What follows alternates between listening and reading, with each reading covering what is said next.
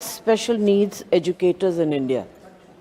For millions of children with disabilities, it is a daily struggle for inclusive education. Today, recently, 50% of children with learning disabilities drop out before completing class 10.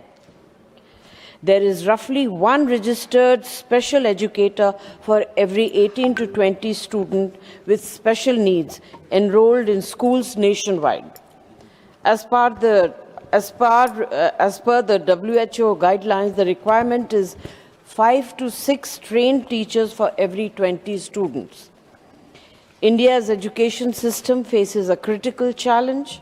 Schools lack trained teachers to spot especially dyslexia early, a common learning disability affecting reading and writing in 10 to 15% of its 250 million school children, leading to undetected cases and wasted potential.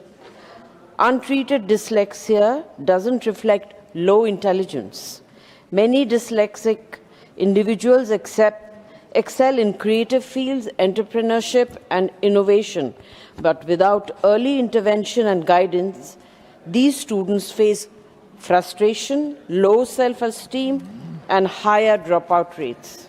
My request to the government, please prioritize WHO-aligned teacher training and infrastructure to deliver early screening, tailored support, which would unlock human potential, boosting literacy rates and economic productivity. Thank you. Shriman Subhash Chandra Bose Pillai, Billy. Honorable Chairman, sir. Thank you, sir. ONGC is carrying out oil and glass exploration activities in Dr. B.R. Ambedkar Konaseema district of Andhra Pradesh. During these operations, a blowout incident was reported at Isumanda village, one of the ONGC wells, resulting in an uncontrolled release of gas and oil and causing concern among nearby residents. ONGC activated its crisis management team and senior technical experts to manage and contain the incident. Similar blowouts or major industrial incidents have occurred previously in Konaseema district.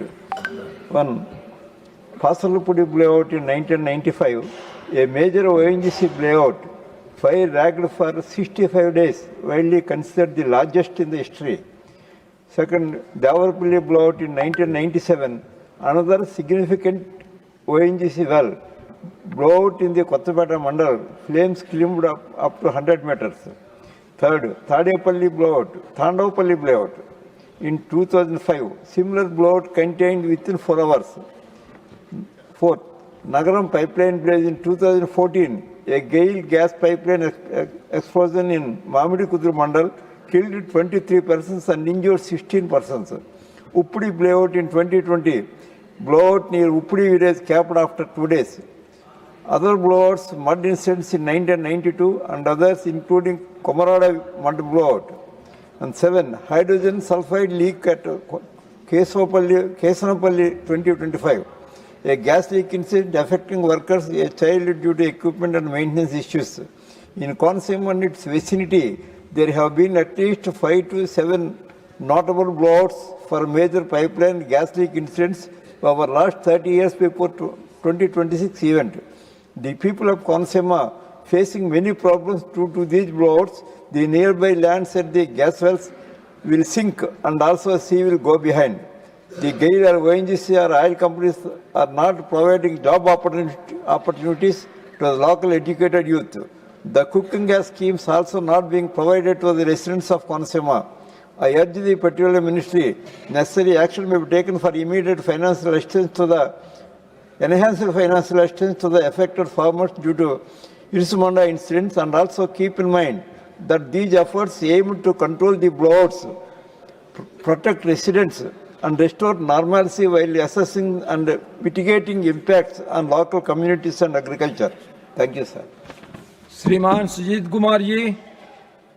Sir, I rise to highlight the need for corporate support for research in our country. Sir, Section 135 of the Companies Act mandates that companies that meet certain financial threshold have to spend on CSR. Today, sir, 27,000 companies are contributing over 34,000 crores towards education, healthcare, livelihood, skilling, sports, and rural development.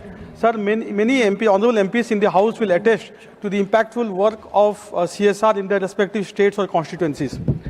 Sir, the CSR framework has proven that when we align corporate success with national priorities through clear legislation, then India benefits tremendously. Sir, our Honorable Prime Minister has been inspiring us to work towards and to realize our vision of becoming a developed nation by 2047.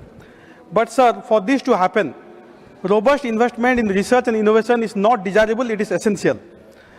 Sir, innovation and research are the foundation of any nation's progress, particularly a nation like ours, which is developing rapidly. And sir, the Parliament passed the Anusandhan National Research Foundation Act in 2023, for which I compliment the government. And year after year, in the annual budget, the Honorable Finance Minister has been earmarking funds for research, which deserves commendation, sir. But despite all this, sir, India today spends only 0.7% of our annual GDP on research, which is really pathetic compared to other countries. Sir, China spends about 2.56, US 3.5, Israel 5.2% of its GDP is spent on research. And also, sir, private sector research in Western countries, developed countries, is over 70 to 80% of the annual research spent in that nation. But in India, it's less than half of that. Only 36% of the total R&D expenditure in India is from the private sector. So, sir, A, R&D spend in India is low, and B, even on this low R&D spend, the private sector spend is even lower. So, sir, I propose that the government introduce Section 135A called Corporate Research Responsibility in the Companies Act, and to replicate our successful CSR model. And, sir, the framework can be straightforward. Companies meeting the existing CSR threshold, that is net worth over 500 crore, turnover over 1,000 crore, and net profit over 5 crore, would contribute 1% of their average net profit towards designated research activities. Sir, Jai Jawan, Jai Kisan, Jai Vigyan, Jai Anusandhan Bharat के विकास का आधुनिक मूल मंत्र है, जो सैनिकों, अन्नदाताओं को, वैज्ञानिकों और शोधकर्ताओं के योगदान को सम्मान देता है. Sir, Lal Bahadur Shastri ji gave us the slogan Jai Jawan, Jai Kisan. Narendra Modi ji in 2019 added Jai Anusandhan in this slogan, sir. And ये नारा आत्मनिर्भर भारत और 21वीं सदी के ज्ञान आधारित विकास को दर्शाता है. Sir, hence I request the government to, sir, consider introducing Section 135. Dorji, sharing, lecture. Honorable Chairman, sir, subject concern over Pradhan Mantri Gram Sadak Yojana, PMGS